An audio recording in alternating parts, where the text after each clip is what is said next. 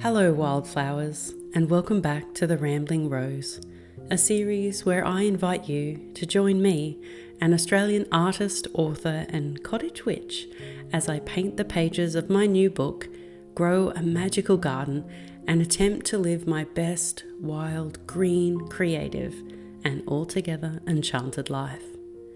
These past few weeks I've been reflecting on how, though I long for a slow life where moments pass by in a dreamy reverie, my attention languorously shifting from one focus to the next, instead I rush and strive and multitask.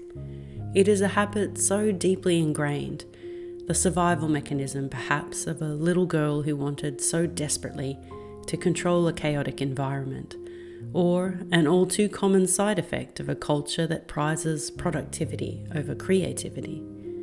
Regardless of the root cause, it is a habit my nervous system seems reluctant to give up, but something I am gently learning to heal.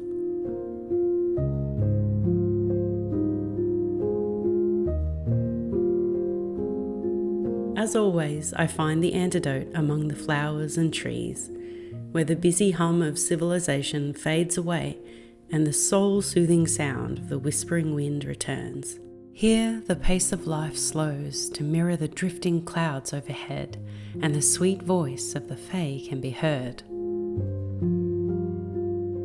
And so, in this episode, I wanted to spend some time with you, sweet loves, gathering flowers in the fields and in my own garden, some to press for a craft project, and some for making herbal tea and cake. The perfect cottagecore activities for any wild fairy wanting to slow down and smell the roses.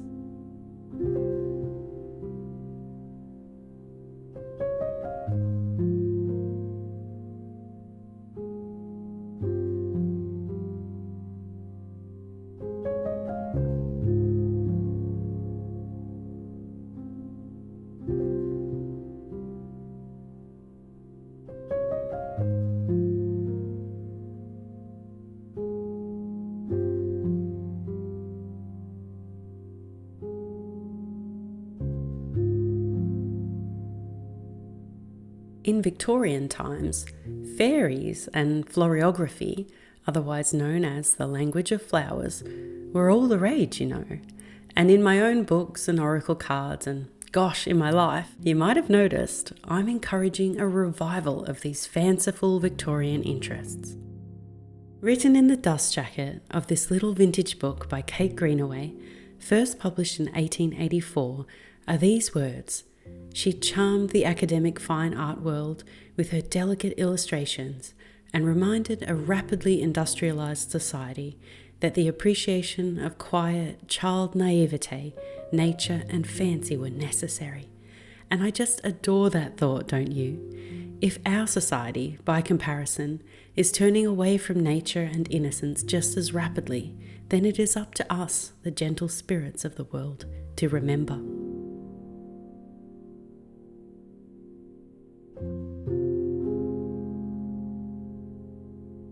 Surely there is a quiet magic in flowers, each with its own unique spirit, a wisdom that whispers to us if we know how to listen. Sweet pea, for example, speak of delicate pleasures, while violas remind me to practice self-compassion, to tread a little more tenderly. How perfect a message is that?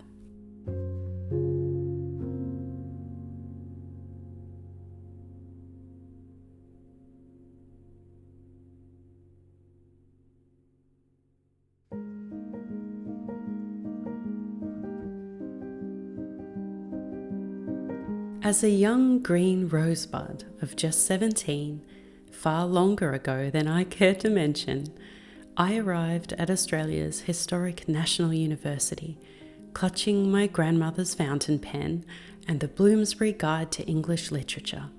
These treasured keepsakes would remind me of the proud academic women that came before me, the book inscribed with an encouraging note that I will cherish always. I had enrolled in a Bachelor of Arts and Science, hoping to study both the natural world and the writers and artists that were as enchanted by it as I was myself.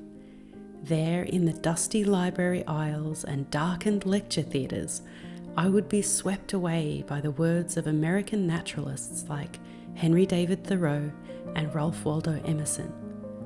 I would walk the galleries and wonder at the art of transcendentalists like Caspar David Friedrich and William Charles Pigeonnet, whose paintings made me feel at once so small and yet so infinite. Imagining the metaphor of Indra's net, I felt like a tiny point of light twinkling on the intersection of an infinite web of consciousness cast across the cosmos. And there, I suppose, my love affair with nature and my yearning for transcendence was confirmed. Thoreau wrote, "If the day and night are such that you greet them with joy, and life emits a fragrance like flowers and sweet-scented herbs, is more elastic, more starry, more immortal, that is your success." These words give me goosebumps as I say them now, and I repeat them to myself often these days when I find myself carried away with the trivial pursuits of a mundane world, feeling the anxieties rise as deadlines pass and I can't keep up. For what is a life whittled away before a computer screen or behind a lens, when one that is starry and sweet and immortal is the alternative?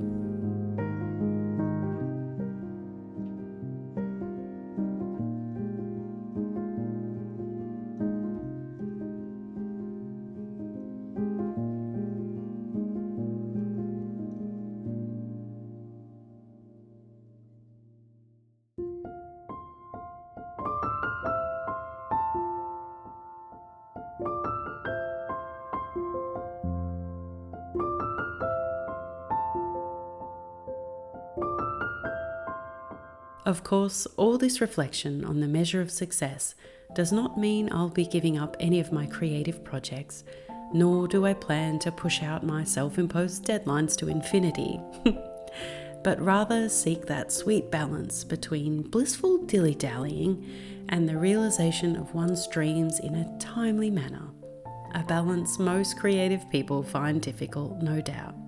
But now that the flowers are in the press, soon to be scanned and collaged into the pages of my book project, Wild Faerie Magick, I can take a moment to enjoy another whimsical flower craft, making a Swedish Smörgåstårta, a sandwich cake filled with layers of vegan seafood salad and avocado cream and decorated with flowers and herbs.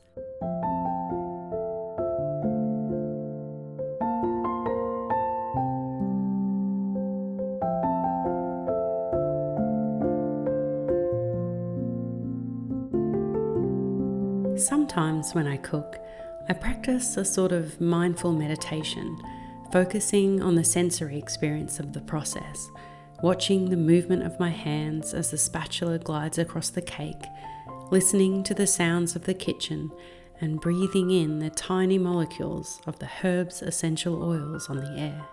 It is a lovely way to slow down and enjoy the present moment, letting the time pass unnoticed as you enter that creative flow state.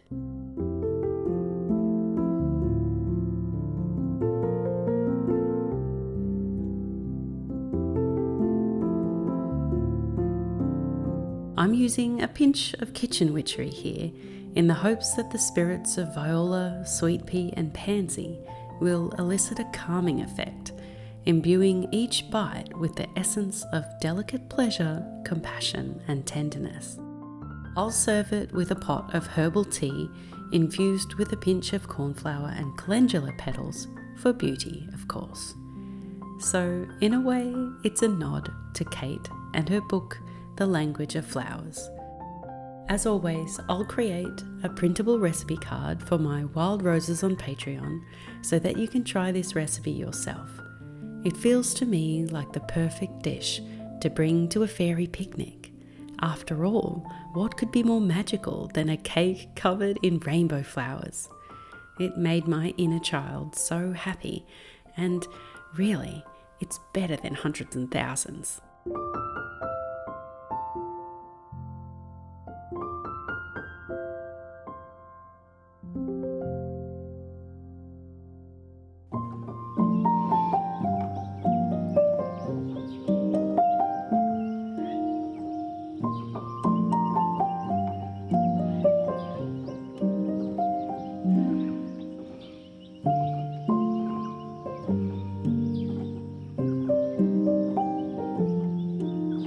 read somewhere the cottagecore movement described as a desire to live in a world outside the one currently inhabited, and I couldn't help but nod my head in agreement. For me, it is simply about seeking a less complicated way of life, one that takes me back to an idealised yesteryear I know only in my imagination. I suppose it aligns with my longing for a lifestyle rooted in traditional skills: baking, gardening, painting and sewing. Perhaps it was Pigenet's breathtaking paintings of an idyllic pastoral life in the wilds of Tasmania back in the 1800s that I studied so fervently in university that have me so spellbound with this way of life today. It's a flight of fancy in an otherwise fast-paced existence, but for an artist, I think it's a necessary one. To escape for a spell into a world of imagination, like my literary hero Anne Shirley Cuthbert, is a way to slow things down a little and let the inspiration flow.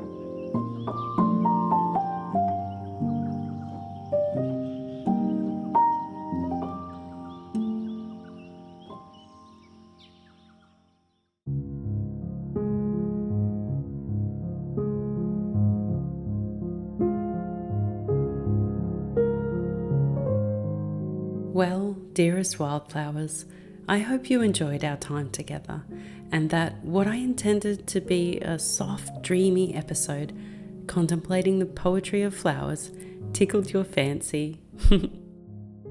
It's often hard on the other side of the lens to see what really resonates and what is needed in the world, but I feel that as long as I'm sharing something peaceful and magical, reaching out to kindred spirits and speaking to the inner children of the world, I must be doing something right. If somehow my words inspire just one person to go out into the wild green places and listen to nature's voice, or take up a pencil and set their imagination free, my heart will be very happy with that. If you're looking for the recipes or instructions for any of the projects you've seen on this channel, you'll find them on Patreon, along with a monthly book club, a beautiful community of flower fairies to share with, and other bonus behind the scenes content. Or if you'd like a copy of my new colouring book, Wildflower Dreams, or the Earth Spirit Oracle, you'll find them in my online store, along with art, spirit paintings, pet portraits and more. Until next time, sweet loves, may your days and nights be starry and sweet, and such that you greet them with joy. May the flowers whisper poetry and the wind sing fairy lullabies.